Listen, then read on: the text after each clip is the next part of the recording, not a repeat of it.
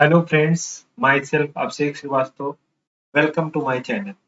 आज हम Bharat skill question bank group first level second के प्रश्नों की विस्तार से चर्चा करेंगे, जिसमें प्रश्न से संबंधित परीक्षा की दृष्टि से महत्वपूर्ण तथ्यों की व्याख्या की जाएगी। यह वीडियो सभी सीआईटीएस व आईटीआई स्टूडेंट्स व सीआईटीएस प्रवेश परीक्षा देने के इच्छुक विद्यार्थियों के लिए उपयोगी सिद्ध होगी। चर्चा शुरू करने से पहले आपसे निवेदन है कि अपने इस चैनल को सब्सक्राइब व वीडियो को लाइक करें तथा ज्यादा से ज्यादा चैनल को शेयर करें ताकि इसका लाभ अन्य विद्यार्थियों को मिल सके। आपके लाइक व कमेंट्स हमारे लिए मोटिवेशन का कार्य करते हैं। यह इस सीरीज की चौथी वीडियो है। ग्रुप फर्स्ट लेवल फर्स्ट के प्रश्नों का सविस्तार हल जानने के लिए पार्ट 1, पार्ट 2 व पार्ट 3 अवश्य देखें। तो आइए अब हम वीडियो की शुरुआत करते हैं। ये रहा हमारा पहला क्वेश्चन। पहला क्वेश्चन है the pitch of a screw jack is 1 millimetre, length of the handle is 1 metre, mechanical advantage. एक स्क्रू जैक की पिच 1 मिलीमीटर है और उस हैंडल की लंबाई 1 मीटर है, तो हमें यांत्रिक लाभ ज्ञात करना है। यांत्रिक लाभ ज्ञात करने से पहले हम जान लेते हैं कि स्क्रू जैक होता क्या है। तो स्क्रू जैक एक ऐसा मैकेनिज्म है जिसमें हम क्या करते हैं, रोटेशनल मोशन को लीनियर मोशन में कन्वर्ट करते हैं और टार्क को लीनियर फोर्स में परिवर्तित किया जाता है। स्क्रू जैक की सहायता से रोटेशनल मोशन को लीनियर मोशन में और टार्क को लीनियर फोर्स में परिवर्तित किया जाता है। ये हमारी स्क्रू जैक की फिगर है। यहाँ पर ये क्या है, ये स्क्रू हेड है, ठीक है, जिसके ऊपर हमारा क्या रहता है, लोड रहता है। स्क्रू जैक के ऊपर क्या रहता है, हमारा लोड रहता है। देन नेक्स्ट बात करते हैं, ये हैंडल है। हैंडल की लंबाई को हम क्या मानते हैं, एल मानते हैं। सपोज हैंडल की लंबाई कितनी है, एल है। और ये क्या है, ये जो बीच में आपके धारी धारी बने हुए हैं, इसको हम बोलते हैं खांचे। ठीक है, खांचों के बीच की दूरी को क्या कहा जाता है, पिच कहा जाता है। खांचों के बीच की दूरी को पिच कहा जाता है। ठीक है, तो इसको पी से डिनोट करते हैं। अब हम बात करते हैं कि वेलोसिटी रेशियो क्या होगी। तो वेलोसिटी रेशियो का फार्मूला आप लोग जानते हैं, किसी भी मशीन के लिए distance moved by effort upon distance moved by load होता है। अब यहाँ पर बात करें तो अगर एक चक्कर ये लगाएगा, घूमेगा, तो डिस्टेंस मूव बाय एफर्ट कितना होगा, 2 पाई एल, क्योंकि यहाँ पर एल रेडियस का वर्क करेगी और एल रेडियस की का वृत्त जो है एक चक्कर में 2 पाई एल दूरी तय करेगा।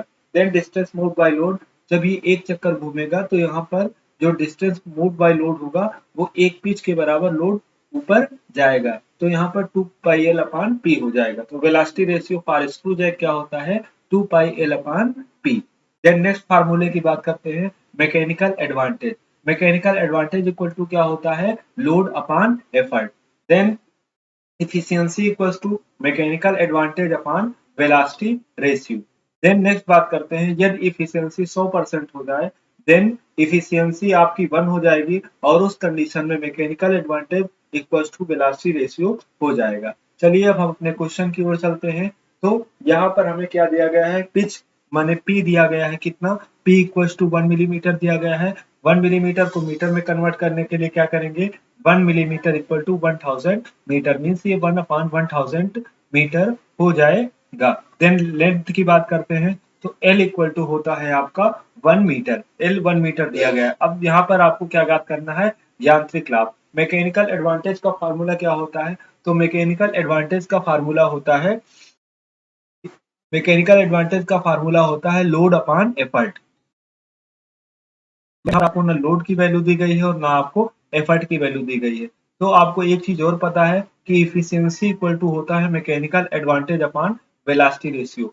बट अगर इफिशियंसी का मान कितना हो जाए, 100% हो जाए, तो मैकेनिकल एडवांटेज वेलोसिटी रेशियो के बराबर होता है। तो यहाँ पर हम क्या करेंगे, मानेंगे कि ये जो स्क्रू जैक है इसकी इफिशियंसी कितनी है। सपोज इसकी इफिशियंसी 100% है, तो 100% इफिशियंसी होने पर मैकेनिकल एडवांटेज इक्वल टू क्या हो जाएगा, वेलोसिटी रेशियो। तो वेलोसिटी रेशियो की वैल्यू क्या होती है, 2 pi L upon P. 2 pi L upon P, यहाँ से हम वैल्यू रख देंगे, तो 2 इंटू पाई की वैल्यू क्या होती है, 3.14, और इंटू एल की वैल्यू क्या हो जाएगी, 1 अपान पी की वैल्यू हो जाएगी 1 अपान 1000।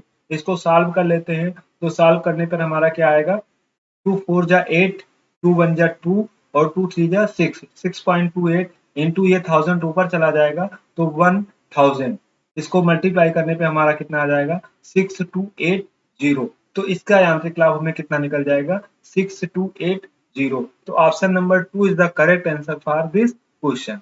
अब चलते हैं अपने नेक्स्ट क्वेश्चन की ओर।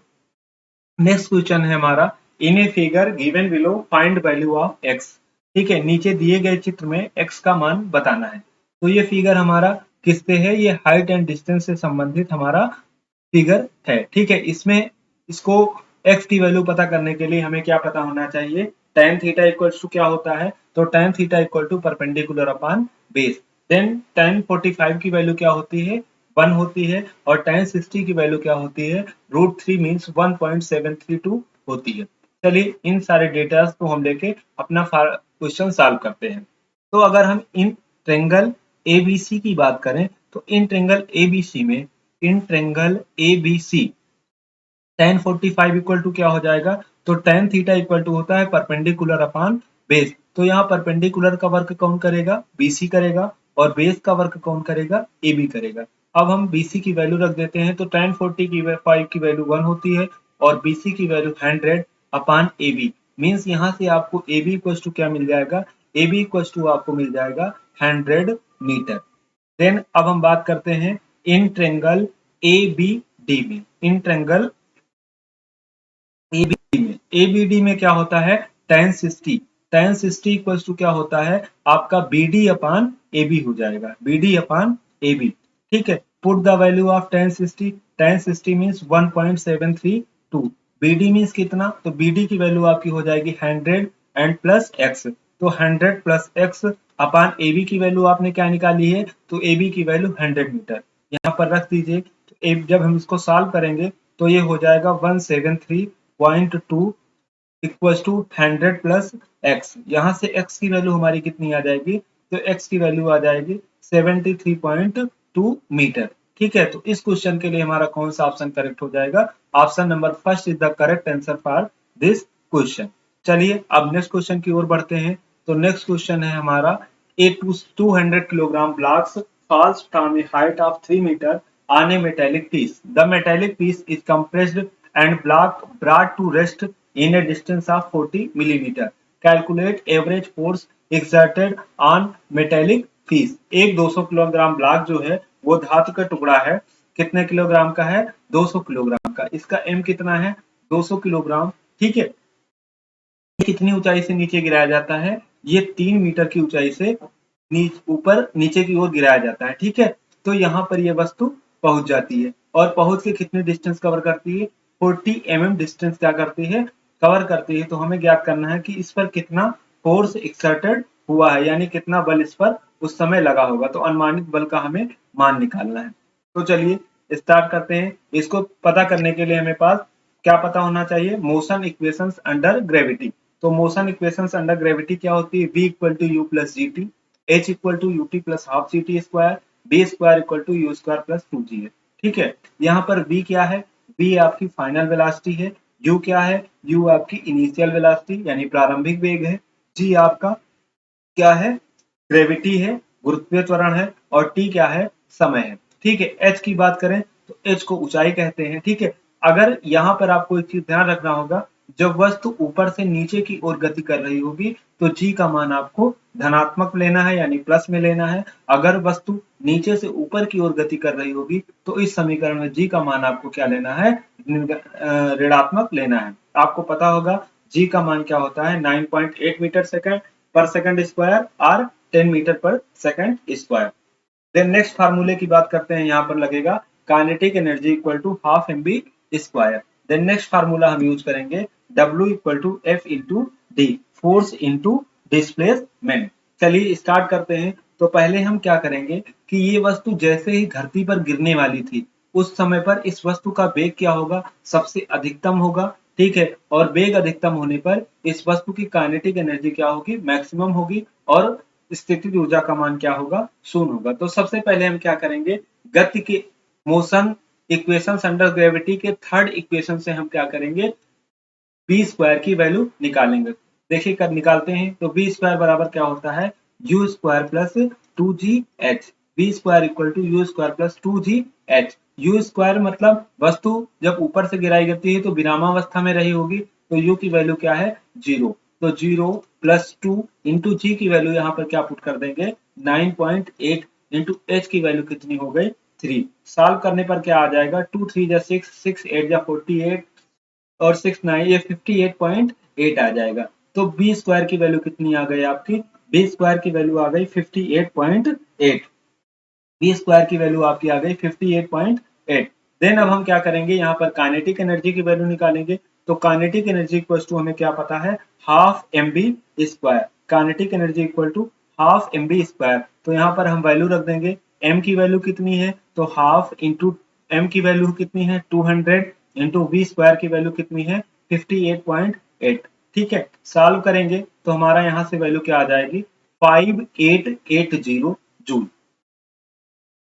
880 जूल। यही एनर्जी हमारी किसमें कन्वर्टर हो जाएगी, यही एनर्जी हमारी कार्य में परिवर्तित हो जाएगी।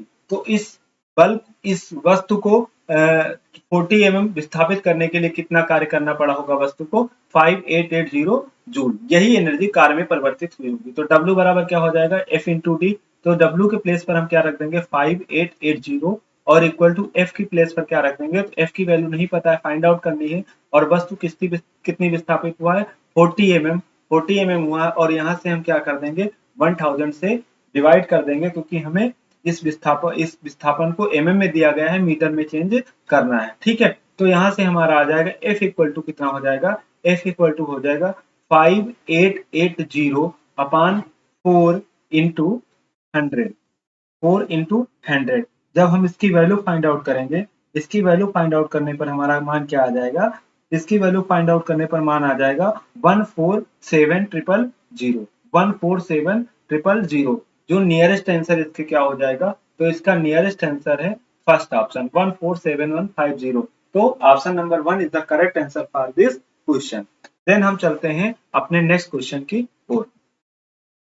फोर्थ नंबर क्वेश्चन है which of this is not an example of Newton third law of motion. इनमें से कौन सा न्यूटन के गति के तीसरे नियम का उदाहरण नहीं है। न्यूटन के गति के तीसरा नियम की बात कर लेते हैं। तो न्यूटन के गति का तीसरा नियम होता है for every action is equal but opposite reaction. प्रत्येक क्रिया के बराबर परंतु विपरीत दिशा में एक प्रतिक्रिया होती है, इसलिए हम इसे क्रिया प्रतिक्रिया का नियम भी कहते हैं, एक्शन रिएक्शन लॉ भी कहा जाता है। पहला ऑप्शन पढ़ते हैं, ए रॉकेट लिविंग अर्थ, पृथ्वी से प्रक्षेपित रॉकेट। तो पृथ्वी से प्रक्षेपित रॉकेट क्या है, ये न्यूटन के तीसरे नियम का उदाहरण है, तो इसलिए ये ऑप्शन नहीं हो सकता। A passenger travelling in a car leaning forward when brakes are applied, एक कार में यात्रा करने वाला यात्री ब्रेक लगाने पर आगे की ओर झुक जाता है। ये किसका एग्जाम्पल हो सकता है, ये न्यूटन के गति के तीसरे नियम का उदाहरण नहीं, ये प्रथम नियम का उदाहरण है। तो इसलिए हम क्या करते हैं, ये ऑप्शन हमारा सही हो जाएगा। 2 3 और चौथे ऑप्शन को भी पढ़ लेते हैं। ए गन बीइंग फायर की जाने वाली गन में भी न्यूटन का तीसरा नियम कार्य करता है। और 2 कार्स हिटिंग हेड ऑन, एक दूसरे से टकराने वाली 2 कार में भी कौन सा बल लगता है, न्यूटन के गति के तीसरा नियम ही लगता है। अब हम बात कर लेते हैं न्यूटन के अदर 2 नियमों की।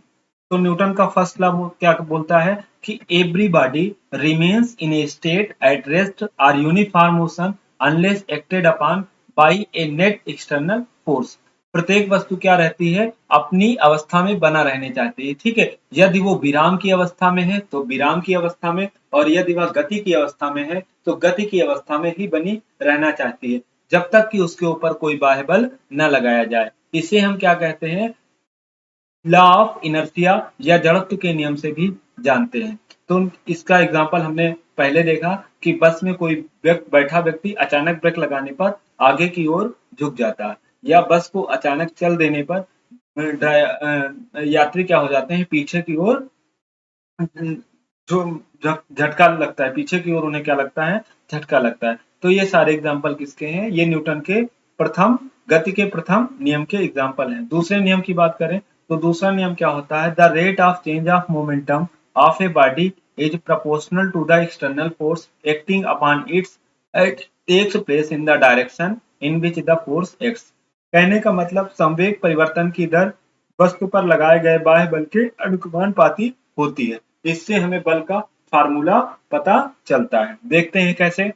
Rate of change of momentum क्या होता है, mb minus mu by T, जहां पर m क्या है उस वस्तु का द्रव्यमान, उस पिंड का द्रव्यमान, v क्या है, v वहां पर फाइनल वेलोसिटी हो जाएगी और u क्या हो जाएगी इनिशियल वेलोसिटी, और t क्या है टाइम इंटरवल। तो यहाँ से mb minus u by T हो जाता है। देन नेक्स्ट हम बात करते हैं, तो rate of change of momentum proportional किसके होता है, टू एक्सटर्नल फोर्स। ठीक है, अकॉर्डिंग टू स्टेटमेंट क्या है कि जो संवेग परिवर्तन की दर है वो एक्सटर्नल फोर्स के बाय बल के बराबर होती है। तो यहाँ से हमारा फार्मूला निकल जाता है कि एक्सटर्नल फोर्स बराबर क्या होता है, ma होता है।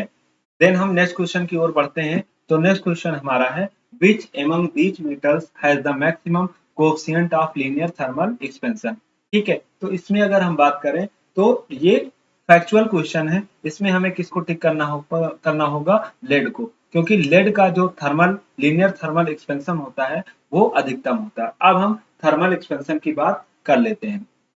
थर्मल एक्सपेंशन क्या होता है कि जब किसी वस्तु के ताप में आप क्या परिवर्तन करते हो तो उसकी विमाओं में क्या होता है, परिवर्तन होता है। ठीक है, यदि ताप बढ़ाने से वस्तु की विमाओं में क्या होता है, प्रसार होता है। वो प्रसार क्या हो सकता है, उसकी लंबाई में हो सकता है, उसके क्षेत्रफल में हो सकता है और उसके आयतन में हो सकता है।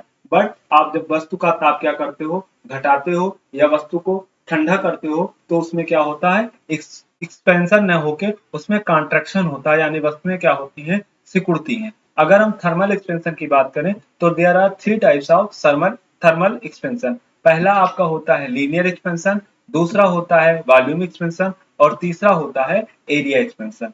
लीनियर एक्सपेंशन की बात करते हैं तो the increase in the length of A solid on heating is called linear expansion. जब आप किसी ठोस को गर्म करते हो तो उसकी लंबाई में जो परिवर्तन होता है उसी को हम क्या कहते हैं, उसकी लंबाई में जो वृद्धि होती है उसको लीनियर एक्सपेंशन या रैखिक प्रसार के नाम से जाना जाता है। यहाँ पर delta L upon L equal to क्या होता है, अल्फा इंटू डेल्टा टी, जहाँ पर डेल्टा एल क्या है, चेंज इन लेंथ मैंने लंबाई में परिवर्तन, एल क्या है ओरिजिनल लेंथ और डेल्टा टी क्या है ताप में परिवर्तन। अल्फा को क्या बोलते हैं, linear coefficient of thermal expansion. Then volume expansion की बात करते हैं तो अगर आप हीट दे रहे हैं, ठीक है, किसी ठोस में को क्या कर रहे हैं, गर्म कर रहे हैं, तो गर्म करने पर उसके आयतन में जो वृद्धि होती है उसको बोलते हैं आयतन प्रसार। ठीक है, delta v upon b equal to होता है गामा इंटू डेल्टा टी, जहां पर गामा को हम बोलते हैं volume coefficient of thermal expansion. Area expansion की बात करते हैं, अगर ताप बढ़ाने से किसी वस्तु के क्षेत्रफल में कोई परिवर्तन हो रहा है तो उसको सुपरफिशियल एक्सपेंशन या क्षेत्रीय प्रसार कहा जाता है। Delta a upon a equal to beta into delta t होता है, जहां पर बीटा को हम superficial coefficient of thermal expansion या क्षेत्रीय प्रसार गुणांक कहते हैं। तो चलिए आइए अब प्रसार गुणांक की बात कर लेते हैं। प्रसार गुणांक क्या है कि अगर ratio of increase of length area और volume of a body per degree rise in temperature to its length, area or volume respectively at some specified temperature commonly 0 degree Celsius. कहने का मतलब ये है कि अगर मान लीजिए किसी छड़ का ताप आप 1 डिग्री सेंटीग्रेड बढ़ा रहे हैं तो उसकी लंबाई में जो परिवर्तन हुआ, चेंज इन लेंथ, ठीक है, अपान ओरिजिनल लेंथ, उसके अनुपात को हम क्या बोलते हैं, उसके अनुपात को रैखिक लीनियर एक्सपेंशन कोएफिशिएंट बोला जाएगा। यदि एरिया के लिए ऐसा है तो उसको सुपरफिशियल एक्सपेंशन कोएफिशिएंट बोला जाएगा। वॉल्यूम को क्या बोला जाएगा, volume expansion coefficient. Then next बात करते हैं, ये एक्सपेंशन कोएफिशिएंट क्या है, हर तत्व के लिए या हर यौगिकों के लिए अलग अलग होता है, क्योंकि ये इसका एक अभिलाक्षणिक गुण है, कैरेक्टरिस्टिक्स प्रॉपर्टी है। देन नेक्स्ट बात करते हैं, नेक्स्ट क्या होता है, coefficient of expansion is higher for some materials. कुछ पदार्थों के लिए प्रसार गुणांक का मान अधिकतम होता है, जबकि कठोर पदार्थों के लिए प्रसार गुणांक का मान न्यूनतम होता है। इसकी यूनिट क्या होती है, तो पर डिग्री सेल्सियस या पर केल्विन इसकी यूनिट होती है। अब हम अल्फा बीटा गामा रिलेशन देख लेते हैं। तो रिलेशनशिप बिटवीन एक्सपेंशन कोएफिशिएंट में क्या होता है, alpha is to beta is to gamma equal to 1:2:3 होता है। तो ओके दोस्तों, हमारी आज की वीडियो में आज के लिए इतना ही।